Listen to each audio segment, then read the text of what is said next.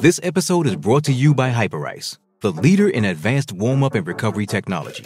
They have tons of innovative products, like Venom-heated wearables to help soothe sore back muscles, Normatec compression boots to speed up recovery and increase circulation, and Hypervolt massage guns to improve mobility. Loved by athletes like Naomi Osaka and Erling Haaland. Try them yourself. Get 10% off your order with the code MOVE at hyperice.com. I'm Alex Rodriguez. And I'm Jason Kelly. From Bloomberg, this is The Deal. Each week, you'll hear us in conversation with business icons. This show will explore deal-making across sports, media, and entertainment. That is a harsh lesson in business. Sports is not as simple as bringing a bunch of big names together. I didn't want to do another stomp you out speech. It opened up so many more doors. The show is called The Deal. Listen to The Deal. Listen to The Deal on Spotify. Survivor 46 is here, and so is On Fire, the only official Survivor podcast, and we have a twist this season. The winner of Survivor 45, Dee Valladares, will be joining us every week. We're going behind the scenes of the biggest moments, the how and the why things happen, and the strategy and analysis you can only get from someone like me, a Survivor winner. Listen to On Fire, the official Survivor podcast, wherever you get your podcasts. She punches the air and she crosses that blue finish line. The world champion of 12 months ago, who finished second here last time around, has won it. The athlete's village is not a place for fighting. I've never heard that ever in Olympic and Paralympic history.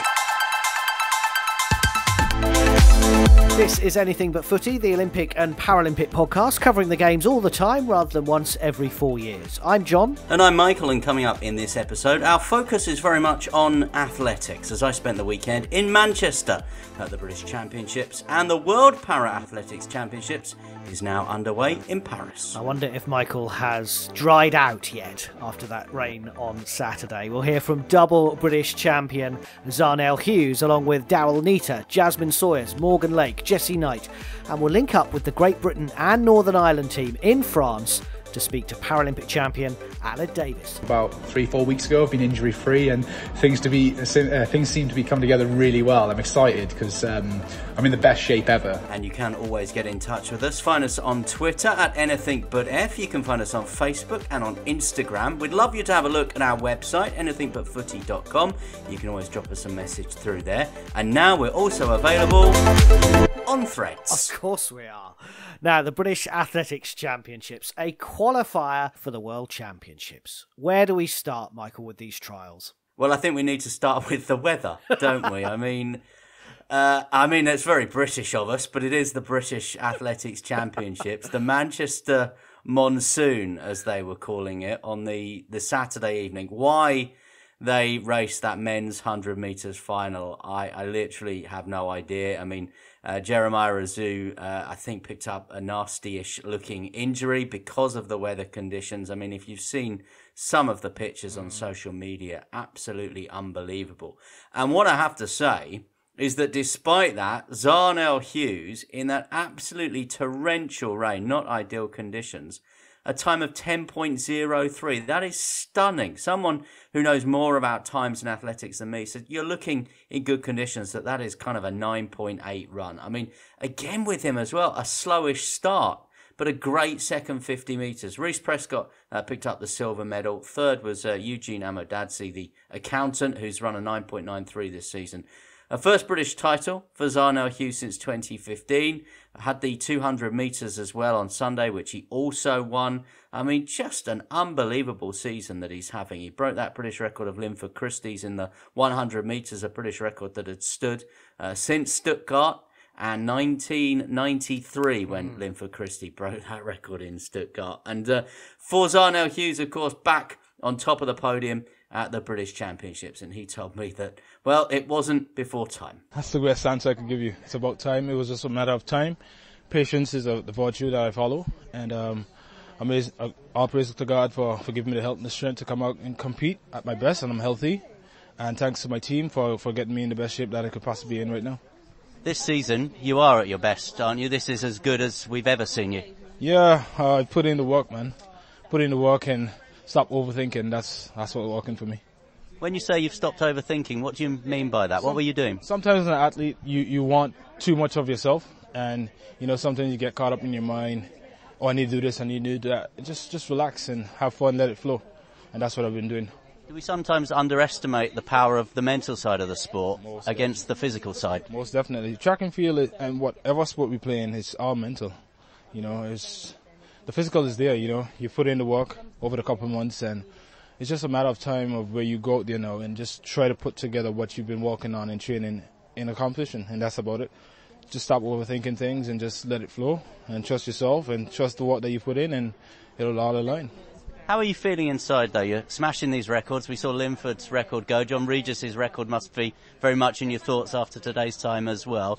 But it's about winning medals at the World Championships for you, isn't it? Yes, definitely winning medals, because records couldn't fall. Records are meant to be broken, but championship medals is what counts, and that's what I want to be a part of. Obviously, we're, 6 weeks away from the championships, so still a lot can happen between now and then, I guess. Most definitely. It's just now for me, coming out on this weekend was just to, go through certain things that we've been working on in training, and I'm happy that I think I put it all together, and my coach I think he's going to be pleased with the work ethics that we put over the last couple of days. For me now, it's just to tighten up on what we need to tighten up on and get faster over the next couple of weeks that we have ahead of us. What do you think the likes of Fred Curley and others are thinking, watching you at the minute? Do you care? No, not really, to be honest. What they're doing is on them. I'm focusing on myself, and I'm coming to make sure that I give the best performance I could possibly give. And what would it mean to you to end the season champion of the world, maybe? It would mean the world to me, man, honestly. It would mean the world to me, that's all I'm going to say. Michael, you mentioned the double there. I think it's the first time since Marlon Devonish in 2007 that we've had a British man win the double, the 100 and 200 metres. The key thing is, though, the British Championships are part of the pathway to the World Championships. Zharnel Hughes has the quickest time of the year globally at the moment. He's ahead of the likes of Akeem Blake of Jamaica, Fred Curley of the US, Christian Coleman of the US. He's well ahead of the Olympic champion Marcel Jacobs, who as the fastest ever sprinter, the fastest ever time in Europe, of course. That time, that 9.83 that he ran earlier this year, breaking Linford Christie's British record, that sent a message out. As you heard there, Zharnel says he's not really that interested in what Fred Curley and the others think of that message. But what he needs to do now, in the month and a half between now and the World Championships, is ensure that he can get to Budapest still at that level of form. And I think that will be the challenge, because when you look at some of the quicker times from the likes of the Americans and Jamaicans, they're all from sort of back in May, early June time. So they will be, coming good. They will be looking to peak, as we always know, for those World Championships. But take nothing away from Zharnel Hughes. What a performance. 100 metres and 200 metres champion. In the women's sprint, 100 metres for Dina Asher-Smith.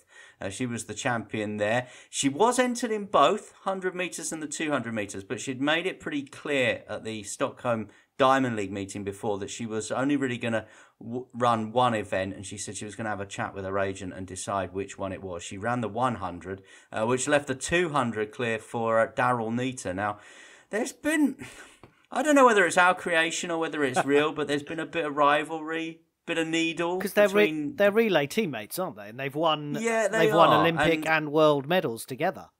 They are, and we'll hear from Daryll in a moment. They've been racing against each other since the age of 9. It sort of kicked off at the British Championships last year when Daryll won the 100 metres, Dina didn't. But then when they got to Eugene, it was Dina who performed better in the end when it mattered, if you like. And I think Daryll saw last year as a bit of a missed opportunity as far as, doing so well at the British Championships. But actually just use the British Championships to qualify. You want to peak when it really matters on the world stage. And that, I think, is what Daryll has to achieve this year. She has to go to Budapest and make that step up. But, again, she is the British champion. It feels amazing to come home today with this gold medal. My third gold medal from the British Championships. So it feels amazing, and I feel like I ran a strong race today. I'm really happy. In general terms, season going very well, running fast times. You must be pretty pleased. Yeah, I'm happy. I'm coming out of these races where I want to be, and I feel like today is just a stepping stone in the right direction. I have some really good races coming up as well in the next few weeks, so it's just an amazing stepping stone towards the World Championships in Budapest. And the word that you elite athletes use to me all the time is process. This is part of a process, and Budapest has to be the end of that process? No, I think the end would be Paris and beyond, to be honest with you. But, this season? This season, yes. It would be amazing to go to Budapest and shop myself and just come home knowing I did all I could. I think that's the main thing. But I'm in an amazing shape. My coaches, as you can see, get me into fine form. And I think there's some good things to come for me this season. You have to be going there wanting to win medals, yes. though, don't you? Yeah, I said this in my last interview. I feel like it's not cocky, it's not arrogant, it's confidence, and that's the difference. And I feel like we need to be going to these championships wanting to come home with something, because if you do not believe it, you will not do it. It's just that simple. So I believe in writing things down, affirming what you want, speaking it into existence, and going for it. You can only do your best at the end of the day. So when you say writing things down, is that manifesting? Because Zharnel's done that. Yeah, and I wrote on that post actually. I loved it because I do the same. I write the exact same. This year I had a golden shiny notebook, where last year I had a tie-dye pink one. But I needed gold shimmery vibes this year, so I went for gold. And I write down what I want to achieve, what I will achieve, what I've already achieved. Speaking it into existence. So I feel like that's just the power of the pen and paper. My mum taught me that. And I live by that. And I'm a very probably optimistic person, and I speak things into existence.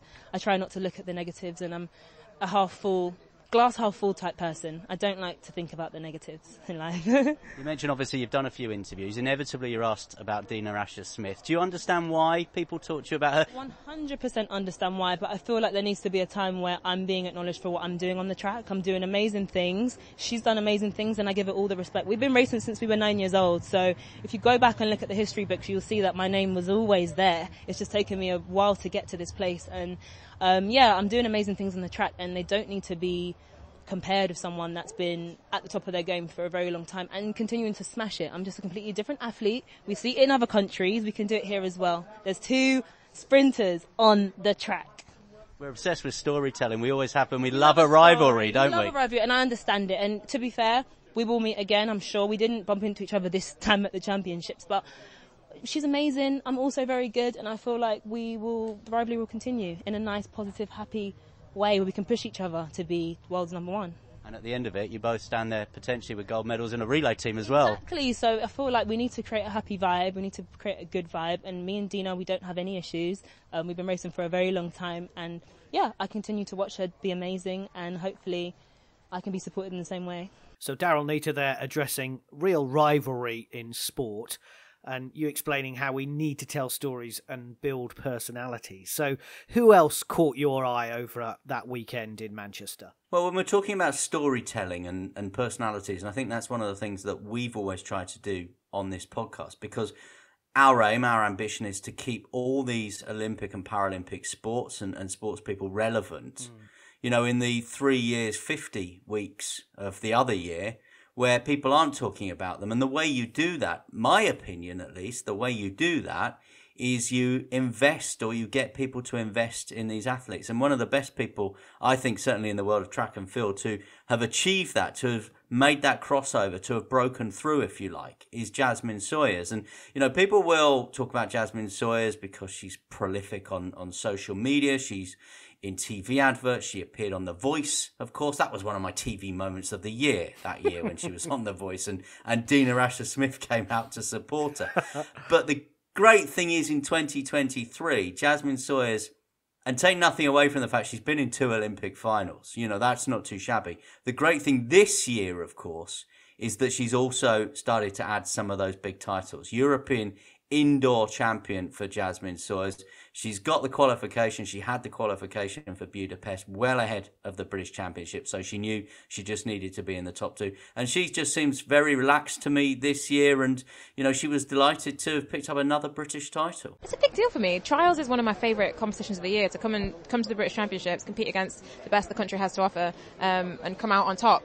Is great, and it also makes me feel encouraged leading into the World Championships. You know, any opportunity that I get to compete against good world-class athletes and win is a big tick in a box for the world. I have seen in the past you come here and you're scrapping trying to get a qualification distance. Well, not here in Birmingham, I think it was, wasn't it? Yeah, oh, it's happened year after year after year. So it's really nice to come here today knowing that the standard is taken care of and all I got to do is find a way into the top 2.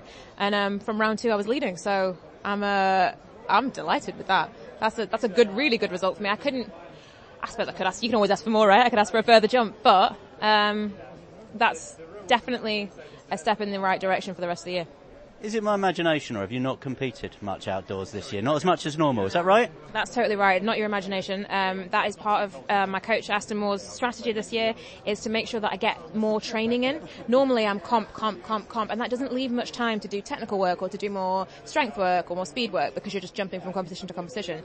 And also I'm often chasing a standard. This year, because I have my standard from indoors, Aston said there's no need for you to go out and compete loads. I want you to train because our target is for you to be absolutely ready in Budapest. And so instead of competing loads, I've been training loads. And I Aston Moore tends to be right, unfortunately, and despite how little I like it, because I love competing. I want to be out there competing, but I do what the boss says. He got me to 7 meters, so I got to listen to him.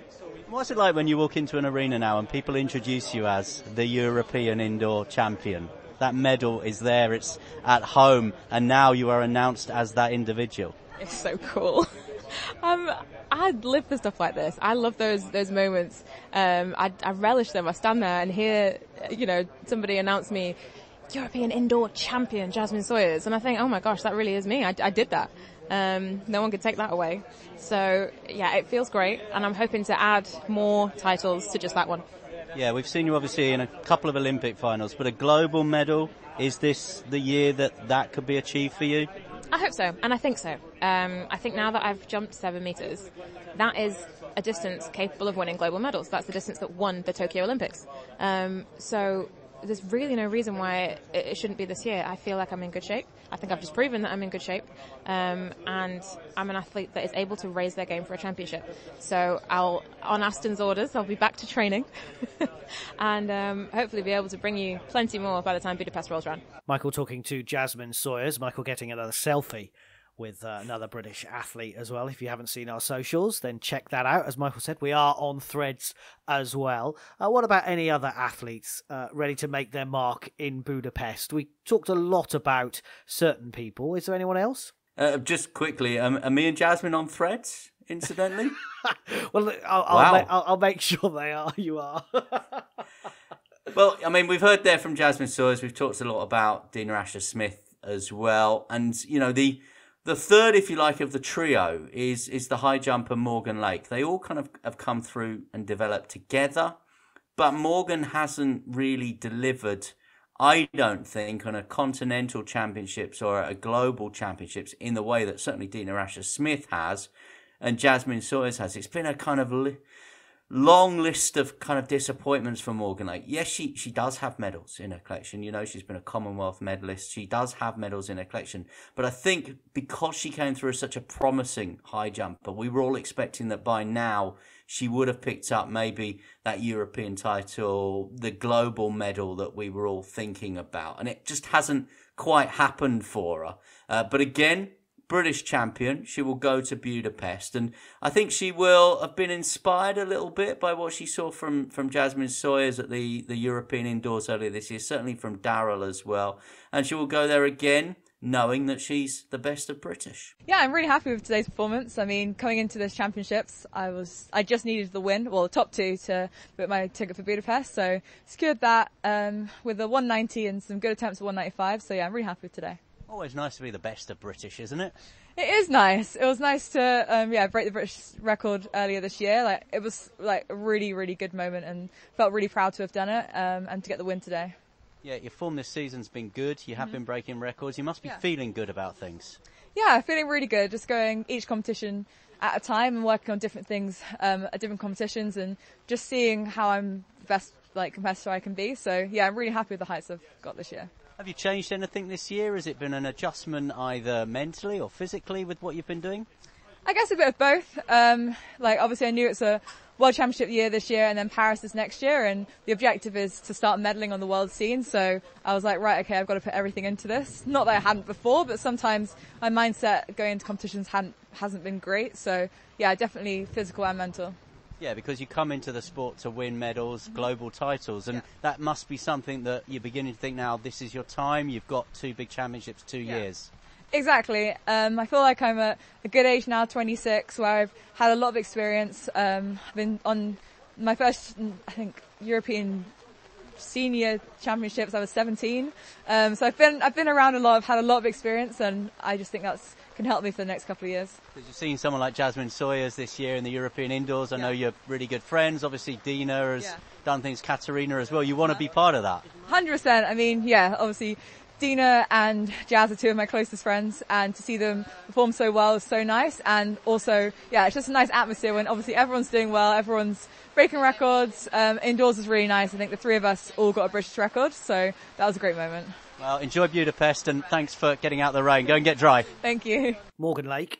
So final wrap-up of the British Athletics Championship headlines for us. Well, can we end where we started with the weather? I mean, the men's 100 metres, was in dreadful weather. The second day, the Sunday, the middle distance races also ended in pretty dreadful weather. If you were listening closely to that interview with Morgan Lake, you would have heard the rain in the background. It was that heavy. Right. It was that heavy, to be honest. And talking of those middle distance races, I mean, Laura Muir is not, for whatever reason, at the level that we have come to expect from Laura Muir. We saw her obviously get that Olympic medal, global medal. We thought that was a big breakthrough moment. We know there's been issues with her coaching setup this year as well. She left in tears after finishing second in the 1500 metres. We'll see her, I'm sure, in Budapest. Keely Hodgkinson, I had a quick chat with her as well. She won the 800 metres. I mean, I'm a big fan. She looks to me to be ready for a global gold. We were having a little bit of a laugh over the fact that she was getting increasingly frustrated with me in the last couple of seasons, because I kept having to interview her after silver medals, silver in Tokyo, silver in Birmingham, silver in Eugene, but she wants to step up and get that global gold. But I just wanted to finish actually our wrap up of the British Championships by focusing on another athlete, a 400 metre hurdler called Jessie Knight, who might be a new name for some people. She is heading to Budapest, and she's heading there also combining her athletics career, as we're about to hear, by working in a school. Just amazing. Britain, I mean, it isn't the biggest place, but when you think about the amount of people that are on this island, it's a great feeling to know that you've come out on top. So it's my 3rd outdoor win and my 2nd indoor, and it just never gets any worse. It's just the best feeling in the world. So yeah, over the moon. And tell us, obviously, Budapest is what we're all talking about, the World Championships. How different is that kind of major event feel? Very different, and I think I only made it on an international level, I think 2 years ago. The Olympics was my first major, and it definitely takes some adjustment. When you've been dreaming of it since 8 years old, to then be standing there, it's like wow, and you've just got to stay really level-headed, which is a lot easier said than done. So I think hopefully now my 3rd year at that level, and I will feel a lot more at home there, and it's Europe as well, which I think will help. The last one was Oregon, so it was a long way to go. So yeah, just really excited. And there's no feeling like representing your country. That's everyone's goal. So I get to do it in a month's time again. And how difficult is it combining athletics with work and having to go back into the day job tomorrow? I mean, I was a teacher. I have taken a step back from that. That was extremely hard. Whereas now I'm only working in a school office. So as much as it's very busy when I'm there, I switch off that computer and I'm done. I go into training mode. So it's working for me. It's only 2 days a week, so I'm able to still get my treatment and stuff. So, but at the same time, I'm keeping my foot in the door with the workplace. I don't want to lose that. And it's just a bit of healthy balance. So I probably won't be looking forward to going in tomorrow, but once I get there, it'll be nice to see everyone and just show everyone my medal and share my achievements from the weekend, which will be lovely. Yeah, will that be something in assembly tomorrow, or? I don't know, possibly. They might say, oh, can you just go around the classrooms and show it off? But yeah, that's the thing. When I have my own class, we'd have a whole show and tell. They'd all carry it. We'd watch the race back. But yeah, no, obviously it's a great thing for kids to see. I'm just a normal person working in the office, but you can go on to achieve good things. So hopefully I inspire a few of them at least. And I just heard you say you were desperate to run at the London Diamond League this year. Tell us why. It's just obviously 2012, it was a long time ago now, but we all remember it. It was just a feel-good moment for the whole country, and every athlete that's ever competed there just says wow. Fast track, and we always fill that stadium out. And I just think as a British athlete, I want to experience it. I obviously did the Commonwealth Games last year, which was phenomenal. Don't get me wrong, I'll be very nervous, but if I get it, I think it's on my bucket list to do as an athlete. So hopefully, and all my family can be there. And yeah, it really is. It's meant to be a lovely track. You feel very fast on it, which is what we want as athletes. So when have you been there before? What have you experienced there at all? Before the athletics started at London 2012, the day before, so the Olympic Games had started, but obviously the athletics starts the week after. They did a test event, and I was 18 at the time, and I was running for Zharnel Hughes Harriers, and they selected a 4x100 metre relay, and I ran on first leg. Obviously no one was in the stadium, but it was like their final test to get everything working. So I did do a little relay there back in the day, so I have run on it, but obviously a bit of fun. I want to run on it as an elite athlete over the hurdle. So yeah, hopefully I hear in the next couple of days. That's Jessie Knight, the 400-metre hurdler, who's working a couple of days a week in a school, was a full-time teacher, and combined that with her athletics. And great there to hear how much she wants to be part of the London Diamond League this year, because she ran on that track the day before the athletics programme started. Wow. At London 2012 in a test event, as she was just telling us there. So, Diamond League operators, organisers, bookers, if you're listening to Anything But Footy at the moment, give Jessie Knight the call. She says it's on her bucket list. You heard it there. It's on her bucket list to race at the London Stadium in the Diamond League. This is Anything But Footy, the Olympic and Paralympic podcast. Still to come, our roundup of other news from the Games, including an update from Wimbledon, rowing and cycling. Plus, we'll speak to a man who broke a world record earlier this year. I'm Alex Rodriguez. And I'm Jason Kelly. From Bloomberg, this is The Deal. Each week, you'll hear us in conversation with business icons. This show will explore deal-making across sports, media, and entertainment. That is a harsh lesson in business. Sports is not as simple as bringing a bunch of big names together. I didn't want to do another stomp you out speech. It opened up so many more doors. The show is called The Deal. Listen to The Deal. Listen to The Deal on Spotify. This is Anything But Footy. It's also the World Para-Athletics Championships this week in Paris, the first event for our para-athletes on a global scale since 2019. Wow. Michael's been speaking to one of the Great Britain and Northern Ireland team. My name is Aled Davies. I compete in the F42/63 shopper. I'm the current World Paralympic, Commonwealth, European champion and world record holder. And the world record came, an indoor world record, of course, during the winter as well. But how are you feeling heading into these championships outdoors? It's been a long time coming, hasn't it? Yeah, it really has. I mean, it's been such a turbulent winter for myself with a couple of niggles and not being able to put together a few, like a strong winter block. But I tried to piece together a little competition at the British Indoors where I did throw a world indoor record. So, that just shows that I'm in great shape. But I haven't been able to compete as much as I want. But I think as of about 3-4 weeks ago, I've been injury free and things seem to be coming together really well. I'm excited because I'm in the best shape ever, and I just needed to be pain free, and I know I can deliver some big throws. What have been the challenges, the issues then? What have been the niggles? Well, I think when COVID hit and Tokyo was postponed, for me, the one kind of title that eluded me was the Commonwealth Games. That's the one I wanted, and Tokyo was pushed back a year, so originally we thought we had 2 years, and by the time we did Tokyo we realised we only had 11 months to transition from shot put to discus to be ready for the Commonwealth Games and take on the legend that is Dan Greaves, our captain.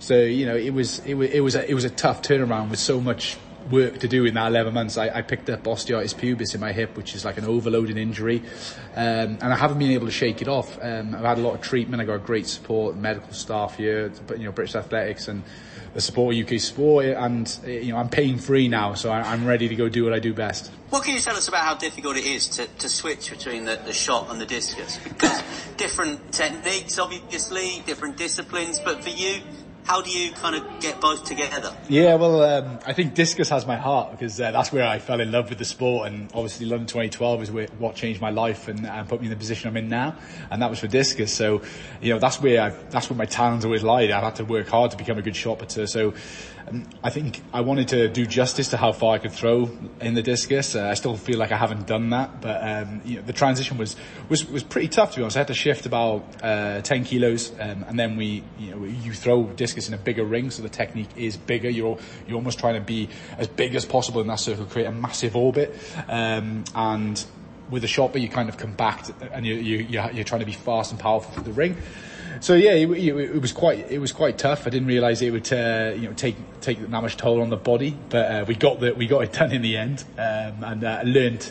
I think because I was getting frustrated with the distances I was producing, I started competing a bit more than I should, chasing the distance rather than remembering I'm a champion performer. And I think that's where I picked up the niggle. But lessons learned, and I've become a better athlete from it, believe it or not, because it's allowed me to work on other things. You mentioned being a championship performer. What's more important for you? Is it, at the end of the day, the medal collection, the titles, like you say, Paralympic, World, Commonwealth, European champion? World records, I mean, they're nice, but someone's going to take that off you potentially one day. No one will take the medals away. Yeah, I think obviously medals are special, right? And you ask anyone, who won gold in London 2012 100 metres, and they'll say Usain Bolt, and then you ask them what time they run, and I guarantee you a lot of them won't even know how fast he ran. But as an athlete and myself, I think I stay motivated by performance, and I feel like I've still got big performances left in me. I still feel like I have big throws to produce, and there's nothing better than delivering them on the big stage when it matters.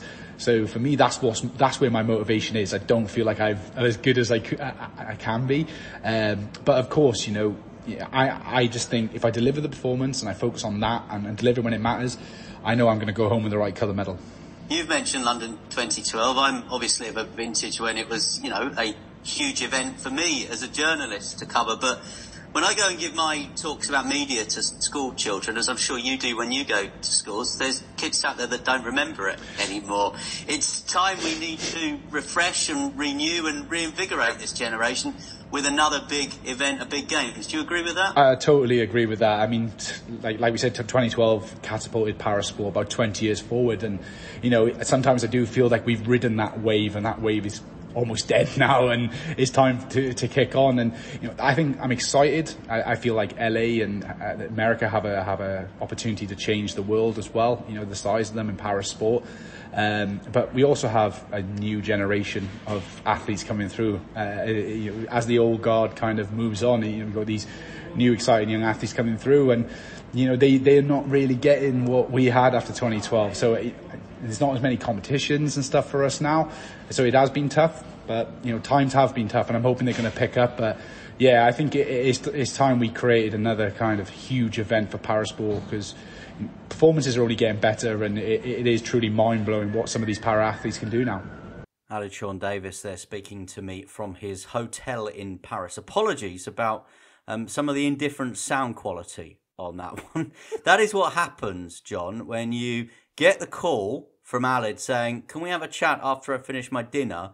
But you're in the middle of doing dad taxi because your two daughters have their end of school year ballet, tap and modern dance show. It's life. It's life.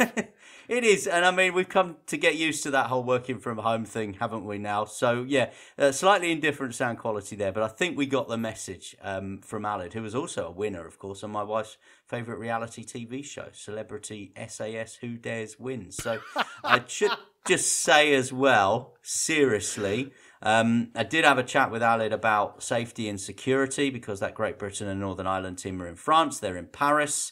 We know what's been happening in Paris over recent weeks. Aled assured me that, everything is being done. Safety and security has been heightened around the competitors. I'd had a chat with Hannah Cockcroft earlier on in the week, and she, when we were talking, was talking about the fact that there had been some discussions about postponing the event. Fortunately, that's not happening. And hopefully the situation in Paris has calmed down 1 year out from the Olympics. And, a lot of people are pointing the finger, looking at what's going on in Paris. And you will well remember, of course, 2011, a very similar story in London. Yeah, very, very similar, where the police shot a man and killed him, and protests kind of following that, and that spilled into something else, and nights of riots. That was August 2011. Someone called Boris Johnson was in charge of London at that time. I think he was on holiday at the time. Nothing really changes, to be brutally honest. But yeah, it was not a very nice week in London. And to be honest, Michael, at that point, no one was thinking about the Olympics. They were just thinking about how to mend what needed mending in London at that point. So I think that works the same for Paris. And as you say, it feels like it's calmed down slightly a little bit across the channel. So on to the other news from the games. Some tennis. I've been slightly busy in the last week at Wimbledon. Some of the main headlines from week one. Not really much to that you would be surprised at, I don't think. Andy Murray doing brilliantly well to get to the second round and then brilliantly losing in that second round match, mainly because when he was in charge and on top in the evening game, the 11 p.m. curfew came along and he had to come back the next day, and it wasn't quite the same atmosphere when he was playing outdoors rather than playing indoors because the roof wasn't in, that kind of thing. I think the main headline, I would say, from a Wimbledon point of view is that the whole Ukraine and Russia, with the athletes being back as neutral athletes, what I've been really pleased with is that Wimbledon on their website, they're not called neutral athletes. They're not called anything. So, for example, Elena Svitolina, who won tonight against Azarenka, who is Belarusian, and Svitolina, she's a wild card, so she doesn't have a seed number next to her, but you have Ukraine as the initials next to you on the websites and introductions and press releases and all that kind of thing. But with Azarenka, it's just Victoria Azarenka. And nobody is then saying, which I always found really frustrating when we watched I think it was the Beijing Winter Olympics, and the commentators were still calling them Russian. And I would say the best thing that COVID ever did, Michael, is get rid of this towel rule. Well, they've come up with this new towel rule where you have to have the towel in a box at the end of the court. All the big issues. Well, no, but seriously, do you remember how many times the players would go and wipe their face after every single point? It does not happen anymore. Look, Świątek is still in it, the world number one. Huge result tonight coming from a set down. As we're recording, Djokovic is playing this evening. Will he finish before the 11 p.m. curfew? I wouldn't have thought so. So assuming he's still in the tournament, he's still the man to beat. I thought Alcaraz really was disappointing yesterday. He's in action on Monday in the next round, the fourth round, trying to get to the quarterfinals. So there's some big matches to come over the next few days. I still think Djokovic is the man to beat from the men's, and from the women's point of view, you've got Świątek, you've got Sabalenka. Will Svitolina, who beat Azarenka tonight, could she, as a wild card, go all the way? And just watch out for 16-year-old Mira Andreeva.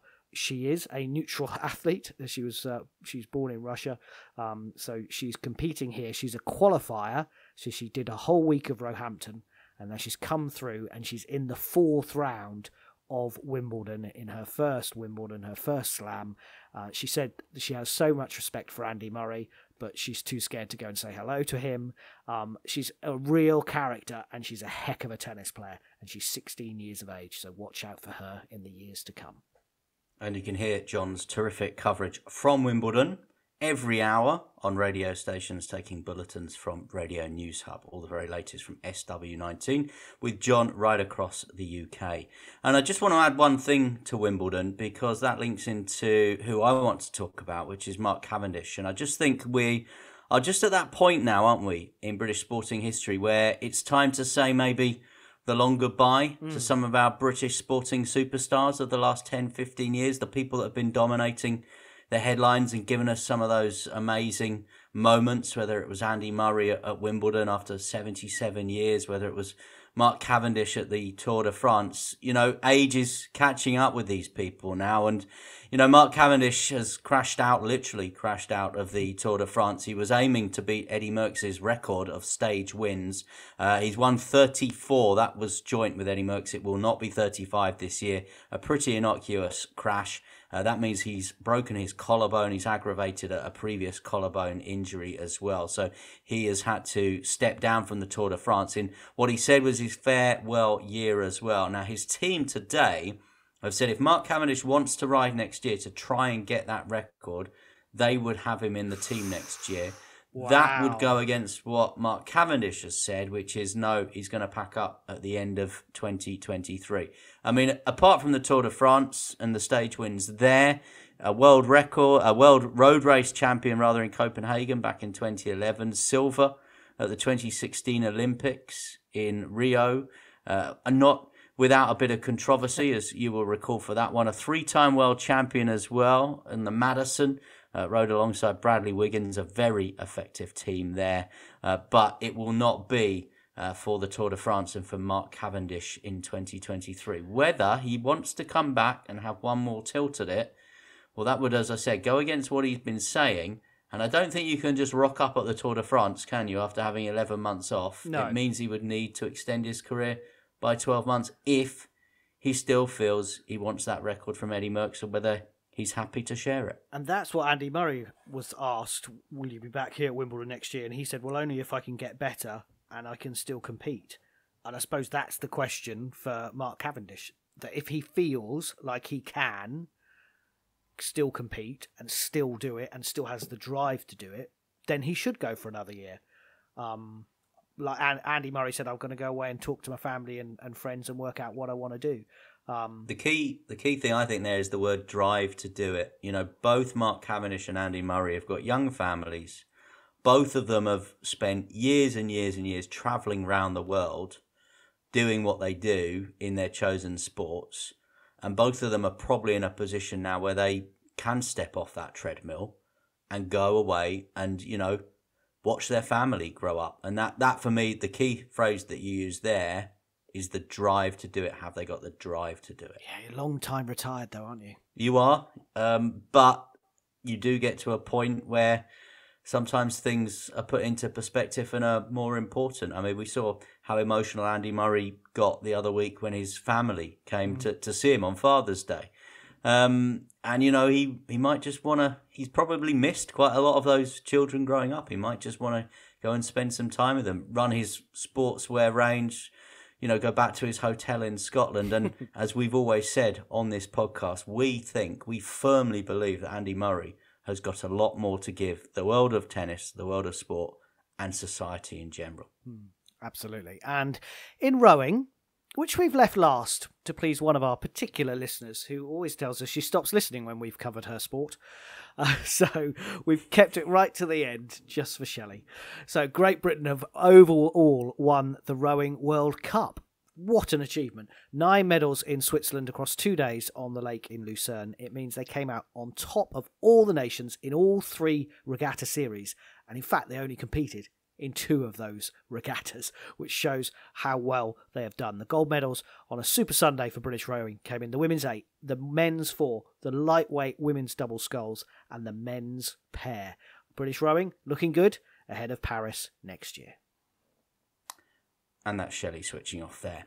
Now, if you did write off British rowing after the Olympics in 2021, you might have been a bit premature. But please head to our website at anythingbutfooty.com to hear all the content that we produce. That's both the podcast and the content that we produce across various radio stations as well, as we continue our drive to bring attention to the sports and the sports people doing amazingly well throughout the Olympic and the Paralympic cycle. You can also read John's recent blog about Andy Murray. It's excellent. I would recommend it. And this week, if I get round to it, my reflections on where Great Britain and Northern Ireland are ahead of the imminent World Athletics Championships.